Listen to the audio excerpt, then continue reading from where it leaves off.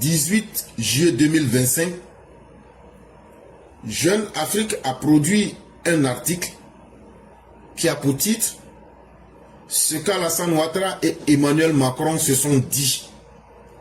Là, on peut vous expliquer ce que eux nous disent. Et chacun aura la possibilité de comparer cela avec ce qu'il sait déjà et la réalité. Et ceux qui savent encore aller en profondeur dans les analyses, utiliser cela pour voir un peu l'horizon. Et donc ce que je vais faire, je vais lire, c'est un article très simple pour vous démontrer que ce que les opposants espèrent n'a pas été au rendez-vous. À l'approche de l'élection présidentielle en Côte d'Ivoire, les chefs d'État ivoiriens et français se sont retrouvés lors d'un déjeuner le 16 juillet 2025 au palais de l'Élysée. Les questions sous-régionales ont occupé une bonne partie des discussions.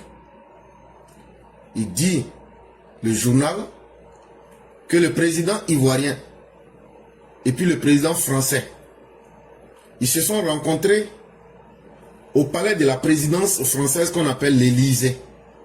Ils se sont rencontrés le 16 juillet 2025. Et que dans leur causerie là,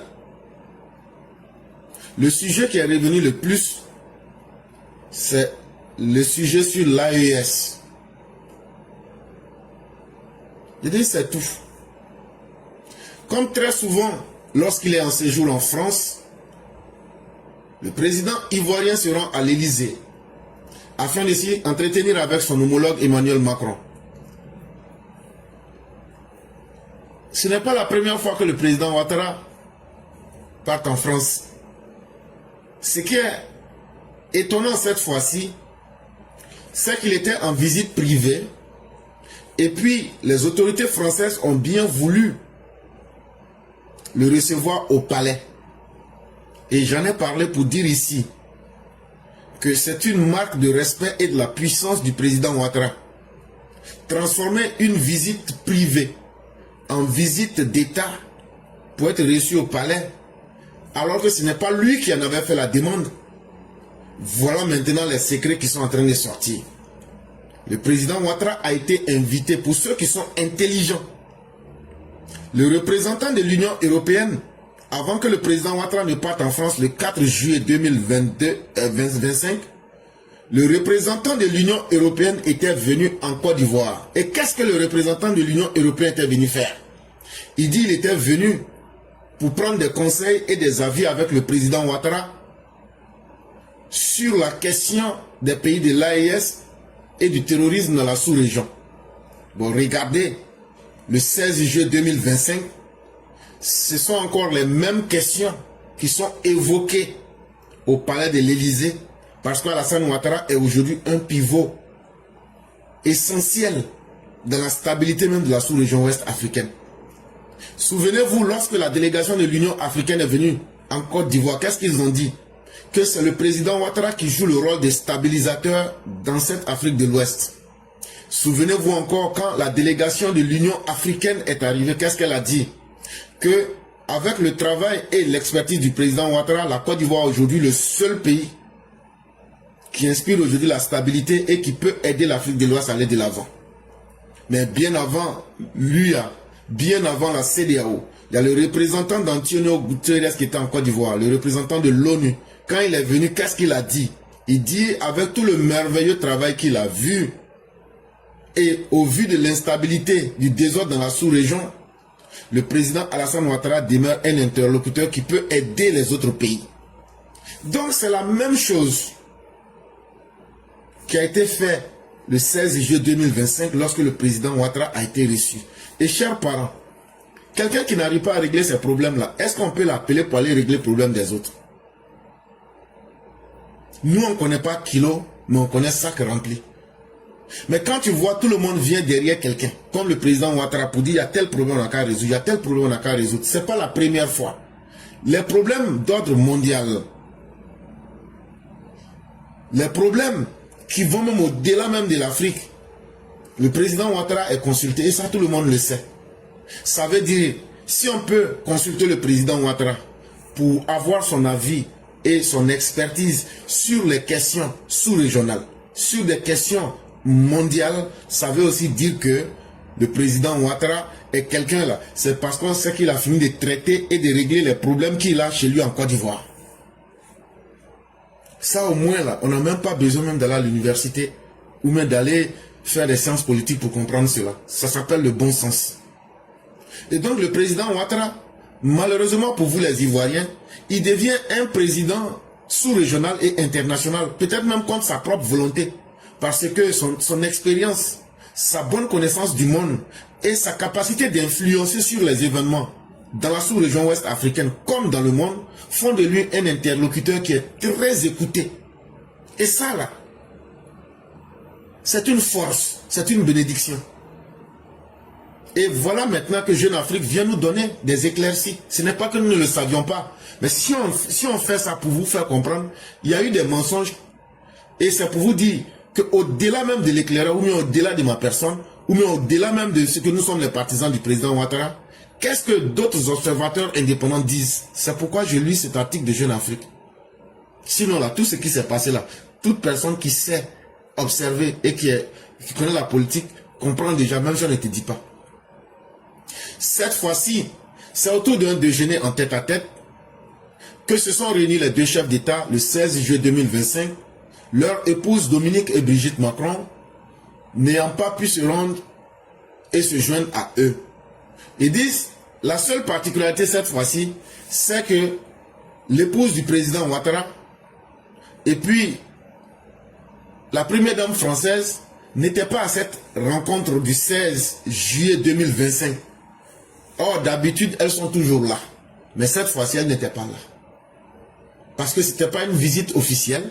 Ce n'était pas une visite qui était prévue. Et c'est à la dernière minute que l'Élysée a bien voulu bénéficier des conseils du président ivoirien. Selon nos sources, quand je dis nos sources, ce n'est pas moi ma source, c'est la source de Jeune Afrique. Jeune Afrique, là, il va vous dire leur secret. Depuis le pas de Ben Yahmed, là, c'est un journal, là, ils ont leur repéro dans tous les palais africains et à l'Élysée là. Si eux te disent quelque chose qui vient de Paris ou bien dans un palais africain là, en tout cas à 90% là, c'est vrai. Jeune Afrique seulement là, ils ont leur repéro dans les palais africains et puis surtout à l'Élysée. Quand ils te disent quelque chose là, à 90% c'est vrai. Tout le monde se trompe, mais à 90% c'est vrai. Ils disent selon leurs repéros qui sont au palais. Cet entretien a essentiellement porté sur la région ouest africaine, marquée par la recrudescence des attaques terroristes dans les pays de l'AES. Ils disent, les pays de l'AES que vous voyez là, ce sont des irresponsables qui dirigent ces pays-là aujourd'hui. Donc là, on ne peut pas prendre un irresponsable pour gérer sa propre irresponsabilité. Comme disait Einstein, on ne prend pas celui qui a créé le problème pour résoudre le problème. Donc là, l'intention de ces bouviers est connue aujourd'hui. L'intention de ces paléphréniers est connue aujourd'hui. C'est comment créer le maximum de désordre. On connaît aujourd'hui vos intentions. Depuis 2022, je l'avais dit, que vous voulez transformer ces pays en état proto-djihadiste pour exporter la violence dans la sous-région. Et effectivement, aujourd'hui, là, tout le monde est d'accord avec ça. Et c'est pourquoi les gens vont faire des réunions. Comment vous bloquer dans votre violence pour que votre violence n'a qu'à vous massacrer, votre violence n'a qu'à vous écraser là-bas. Donc la réunion là, quand le président Macron a voulu rencontrer le président Ouattara à l'Élysée là, leur toute dernière rencontre là, c'était surtout pour parler de la fragilité de Niamey, de Ouagadougou et de Bamako, ce qui fait planer une menace sécuritaire sur les autres capitales. Aujourd'hui, grâce à ces pays, le djihadisme est en train de frapper le Bénin, le djihadisme frappe le Ghana, le djihadisme a frappé la Côte d'Ivoire par un temps, et ça ne fait que grandissant. Et c'était pour ça. Comment on va faire pour se protéger contre ces pays aujourd'hui qui vendent le djihadisme en Afrique de l'Ouest? Le président français s'est dit inquiet de la multiplication des attaques djihadistes dans le nord du Bénin. Dans ce contexte, Paris a organisé un exercice militaire de renforcement des capacités opérationnelles des soldats béninois entre le 16 et le 19 juillet 2025 à l'Académie internationale de lutte contre le terrorisme de Jacquesville, en Côte d'Ivoire. Et donc, tellement les terroristes veulent frapper les pays où ils ne sont pas encore totalement installés. Le président français dit, ah, le cas de la Côte d'Ivoire, vous arrivez à maîtriser, mais le cas du Bénin, là, regardez ce qu'ils font les terroristes au nord du Bénin. Et donc, tout récemment, le président de la France a demandé pardon au président ivoirien. Il dit, comme toi tu as un centre international à Jacquesville, où on forme des militaires qui luttent contre les terroristes, on vous a envoyé des gens, ils vont aller s'entraîner là-bas. Ils vont aller s'entraîner du 16 au 19 juillet. Comme tu es à Paris ici, là, je veux te respecter et je veux venir t'informer de la situation. Donc maintenant, vous comprenez tout, non? Maintenant, vous comprenez toute l'histoire, non? Il dit, les Béninois, là, allez sur l'information, vous allez voir, on dit la Côte d'Ivoire, les Béninois sont en Côte d'Ivoire actuellement. Du 4 jusqu'au 16 juillet, le président ivoirien était en France. Le président français dit, ah vraiment, hein, à cause de ce qui se passe au Bénin, là, dans toute la sous-région, il n'y a pas un centre international de lutte contre le terrorisme. Ah, on veut bien, là, c'est à la dernière minute, entre le 16 et le 19, c'est quand le président Ouattara et Emmanuel Macron se sont vus, c'est le 16. Il dit, vrai, là, il faut pardon, il faut faire vite, parce que le Bénin, là, c'est pas bon là-bas. Donc, pardon, fais à cause de Dieu. Tu es actuellement avec moi ici, là. Pardon, il faut donner ton accord. On m'a dit au Béninois, donc, allez suivre une formation rapide. C'est une formation de 3 jours, 16, 17, 18, 19 juillet 2025, à l'académie qui est à Jacquesville, là, parce que c'est pas bon là-bas. Donc, voilà une des raisons. Après cela, ils ont parlé de la crise de l'UEMOA. Le problème de l'UEMOA que je vous ai expliqué là. Comment des pays qui n'arrivent pas à payer leurs cotisations. Comment des pays dirigés par des brigands. Comment des pays qui veulent vivre de l'aide des autres. J'ai déjà bien expliqué le problème de l'UEMOA. Ça, c'est le deuxième sujet qu'ils ont évoqué. Un autre sujet s'est invité dans les discussions. La crise que traverse l'Union économique et monétaire ouest-africaine appelée UEMOA. Le président ivoirien a répété avec fermeté son refus. Ah, c'est à cause de ça j'aime le président Ouattara là. Hey, je vous ai dit que quand j'ai dit on va pas accepter. Voilà ça, ce que j'avais dit là. Voilà ça, il est venu répéter. Il dit, ça là, on va pas accepter. Et je lis ça. Le président Alassane Ouattara a répété avec fermeté son refus de voir un pays dirigé par une transition militaire qui ne se trouve pas engagé dans le processus de normalisation prendre les rênes du conseil des ministres de cette institution. Oui, je vous l'ai dit, le président l'a confirmé le 16 devant le président français. On ne va pas accepter. Et c'est le président. Dites tout ce que vous voulez. Si vous voulez là, dites même que c'est le président Ouattara qui est le Satan de l'Afrique de l'Ouest. Oui, on est d'accord, mais on ne va plus accepter vos conneries. Vos conneries que vous faites dans vos pays là, ça se limite à vous. Le président Ouattara n'est pas le président du Mali, du Burkina, du Niger. Mais nous sommes les premiers contributeurs de l'UEMOA. C'est nous. Sans nous là, il n'y a pas UEMOA. Pendant combien d'années, depuis la création, c'est nous on a supporté les bêtises de ces pays-là, avec la pauvreté, la misère de ces pays-là, en engageant nos fonds. Depuis quand toi tu as vu quelqu'un va aller travailler, et toi, un misérable, toi tu vas venir t'asseoir sur son argent pour dire je vais chier dans ta bouche. Le président Ouattara a répété encore. Vous dites, il dit, je m'en fous de ce que les autres vont dire. Il dit, on ne laisse pas un pays dirigé par des bandits armés à la tête de l'État venir s'amuser avec l'argent public. Et puis moi, Alassane Ouattara, je vais expliquer ça comment. Que non, c'est parce qu'ils ont parlé. Vous pouvez chialer quand il s'agit de diriger vos pays de merde. Mais lorsqu'il s'agit de diriger la sous-région avec l'argent public, le président Ouattara dit, les gens n'ont qu'à dire ce qu'ils veulent. Mais il a dit devant le président français avec fermeté que lui, Alassane Ouattara, il ne va pas du tout accepter que des pays qui sont dirigés par des putschistes viennent se mettre à la tête du conseil des ministres de l'UEMOA, que ça là, c'est jamais. Voilà. Si on dit ça comme ça, on ne va pas trop parler. Maintenant, ceux qui ne sont pas contents, là, sortez et puis faites ce que vous voulez. Quand on parle comme ça, maintenant, on va voir qui est garçon. Le 11 juillet 2025, les 3 pays de l'AES avaient quitté, avant la fin de la deuxième session ordinaire annuelle du Conseil des ministres de l'UEMOA, qui avait eu lieu à Lomé au Togo, pour protester contre l'absence de consensus sur la présidence tournante de l'instance qui devrait revenir au Burkina Faso. Effectivement, si le Burkina était dirigé par des gens honnêtes, par des gens qui étaient dans le processus, comment on va aller confier le destin d'une union économique à des gens qui sont dans l'illégalité? Expliquez-moi ça. Depuis quand on a vu des braqueurs aller prendre le rôle, aller jouer le rôle du juge au tribunal? Et donc, le président Ouattara est très clair. S'il était le sous-préfet de la France, là, il allait devant Emmanuel Macron, mais il a dit, et on vient vous répéter ça en public, et avant cela, je vous avais dit ça. Vous savez le destin de combien de millions de personnes sont liées à cette institution? Depuis que l'UEMOA a été créé, c'est votre misère qui est supportée. Et vous voulez être dans l'illégalité. Quelqu'un qui est dans l'illégalité, vous lui confiez votre destin. Et puis demain maintenant, ce qui va arriver, vous allez être étonné.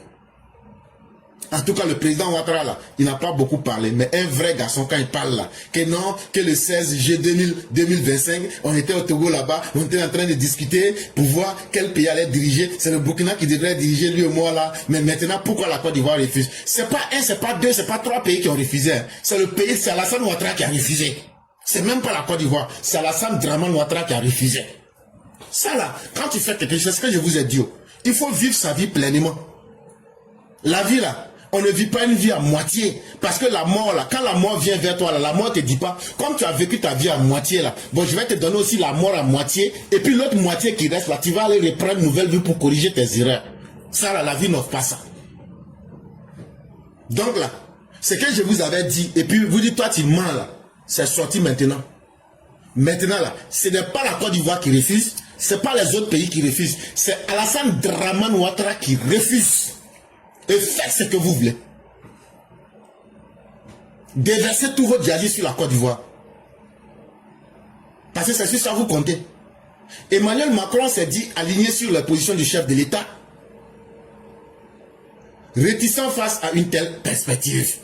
Donc quand le sous-préfet dit que lui, il ne bouge pas, que cette affaire-là, lui, il ne laisse pas tomber. Le sous-préfet Dramane dit, il ne laisse pas tomber là. Emmanuel Macron, le préfet, dit, ah, je suis d'accord, je suis d'accord. Ah, mon sous-préfet, ce que tu dis là, je m'aligne sur tes positions. Ah, c'est pas vous les gens de l'AIS qui disent que le franc CFA n'est pas bon.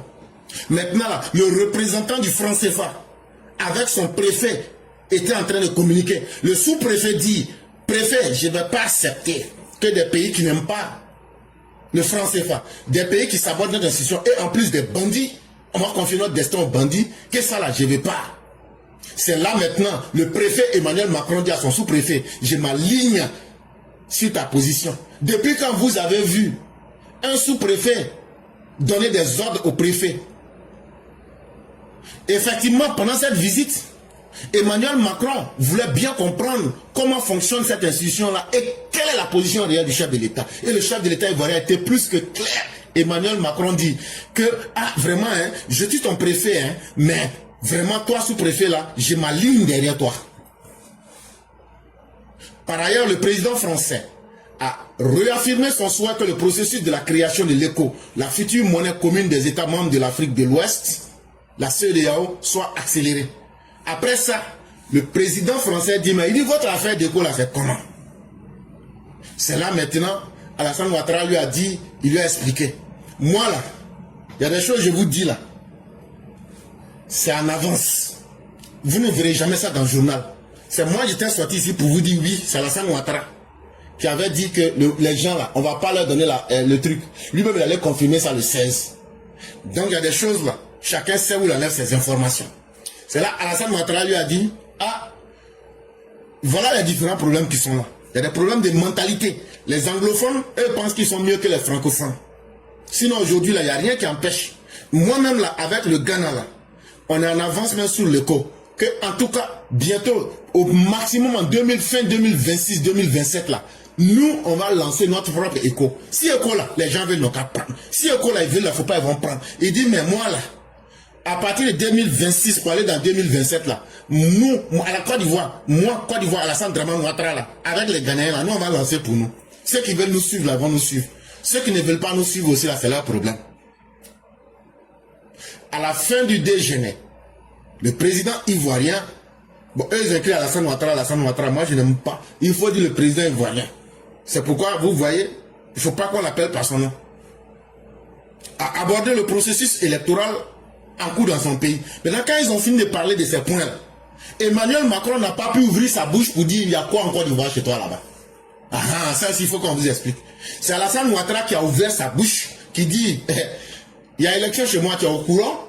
Voilà, tu sais qu'il y a élection chez moi, le processus d'élection qui vient en Côte d'Ivoire là. Ça sera le 25 octobre 2025. Il dit ces élections là, tu entends beaucoup de personnes jaser, gesticuler, piailler. Il dit, faut temporiser. Les élections là, ça sera un scrutin qui va se dérouler dans des conditions apaisées. Il dit, j'ai les moyens, les capacités, j'ai donné ma parole et faites-moi confiance. Ces élections-là vont se dérouler. Il a rassuré son hôte sur le fait que le scrutin se déroulera dans des conditions apaisées. Il a dit ça aux représentants d'Antonio Guterres. Il a dit ça aux représentants de l'Union africaine. Il a dit ça aux représentants de la CEDEAO. Il a répété la même chose encore à Emmanuel Macron.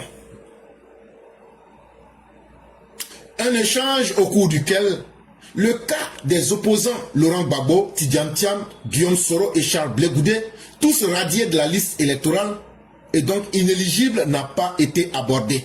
Source Jeune Afrique. Donc contrairement à tous les mensonges qu'ils ont racontés là, l'échange, on n'a jamais brossé même le cas de ces opposants perdus. Ils n'en ont jamais parlé. En tout cas, si c'est le Emmanuel Macron et Alassane Ouattara que vous connaissez, le 16 qui se sont rencontrés là, ils n'ont même pas parlé de ces personnes. Parce que ces personnes-là sont des inutiles. Ces personnes ne peuvent rien apporter. Le monde, les questions du monde aujourd'hui sont devenues très complexes. Vous voyez les grands États là. La France aujourd'hui a besoin de ses vrais représentants pour pouvoir survivre. On ne survit pas seulement que de matières premières, mais on survit aussi à travers ses idéologies et on survit aussi à travers des objectifs pour l'avenir. Et on le fait avec des gens qui ont une connaissance du monde. On le fait avec des gens qui ont une crédibilité. Quelle est la crédibilité et la connaissance que Laurent Gbagbo a? Si Laurent Gbagbo était crédible et quelqu'un de bien là, on allait le prendre pour aller représenter pour les questions des pays là. Et on allait le prendre comme le représentant dans ça. Tidjane Thiam là, lui dit qu'il est fort là. Mais pourquoi il ne trouve pas de travail? Il est au chômage et à cause de son chômage chronique, il vient chercher travail sur votre tête en Côte d'Ivoire. Guillaume Soro là, lui pense qu'il est guerrier. On lui dit maintenant là, à part Burkina là, comme tu cries partout que tes chefs rebelles là, tu as maintenant 3 pays qui sont prêts à t'aider. Mais il faut venir. Il n'a pas encore porté son treillis. Quant à l'individu, ce gars-là m'énerve tellement, je n'ai même pas dit son nom. Cet animal de la rue, Blé Goudé.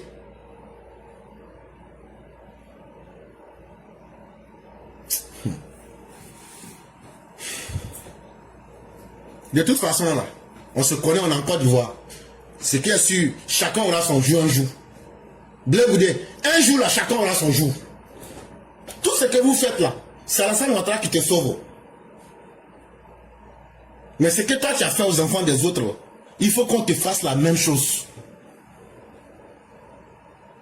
Ça, il faut t'apprêter, il faut mettre ça en tête. Mais, allons à notre sujet. Il n'y a aucun sujet qui a été abordé en ce qui concerne les opposants ivoiriens. C'est un désaveu pour eux. Parce que c'est des gens qui ne comptent pas, c'est des gens qui ne peuvent rien apporter. C'est-à-dire que tu prends chacune de ces personnes-là, tu les nommes comme président. Je n'ai pas dit de les élire, hein. Tu les nommes comme président. Qu'est-ce que tu peux apporter aux Ivoiriens? Rien. Je n'avais pas préparé de programme de campagne. C'est maintenant là, je vais chercher à comprendre et puis improviser. Tu les mets en face des questions internationales. Ils ne peuvent rien apporter. Vous pensez que les Blancs veulent suivre des gens qui sont des suiveurs? Quand tu es fort là, c'est bon. Mais pour que ta force se renforce là, il faut avoir des gens puissants autour de toi qui peuvent aussi te donner des idées qui peuvent te rendre encore plus fort. Et Alassane Ouattara fait partie des gens. Les Occidentaux sont forts, hein, mais les Occidentaux ont besoin de sa tête pour répondre à certains besoins et à certaines questions. Ça là, quand on vous explique là, si c'est faux là, sortez pour venir montrer que c'est faux. Alassane Ouattara là, c'est pas parce que les gens l'aiment, c'est pas parce qu'il est gros, il est grand. Mais quelqu'un qui a été ancien directeur général adjoint du FMI, quelqu'un qui a été l'un des plus puissants présidents d'Afrique, quelqu'un qui connaît le monde parce que son expertise dans le domaine économique, et quand tu es dans l'économie, tu maîtrises plusieurs sujets du monde. C'est à cause de sa tête que les gens ont besoin de lui. Bon, regardez tout ce que je vous cite là. Eux là, ils peuvent aller où? Des gens qui n'ont jamais travaillé. Des gens qui n'ont même pas l'éthique. Des gens qui n'ont même pas une connaissance du monde. Est-ce que si toi tu vas discuter avec eux là, ils vont t'apprendre quoi pour que tu puisses te sauver? L'Occident est aujourd'hui confronté à ce problème-là. C'est bien beau d'avoir des dictateurs, parce que tu peux les manipuler. Mais ça ne règle pas tes problèmes parce que tu ne trouves pas en eux des interlocuteurs qui peuvent t'aider à progresser.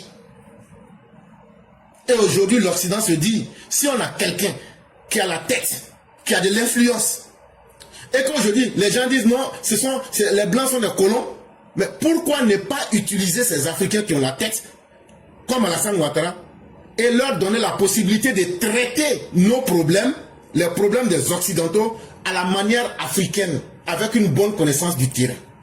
Voilà aujourd'hui le vrai travail d'Alassane Ouattara. Et il le fait en aidant, et l'Union africaine reconnaît sa force aujourd'hui et son utilité.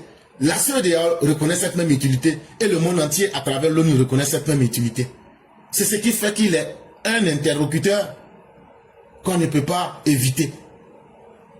Et voilà donc ce qui s'est passé. Maintenant, s'il y a autre chose que d'autres personnes savent, ils peuvent apporter, puis on va mettre ça, puis tout le monde va comparer.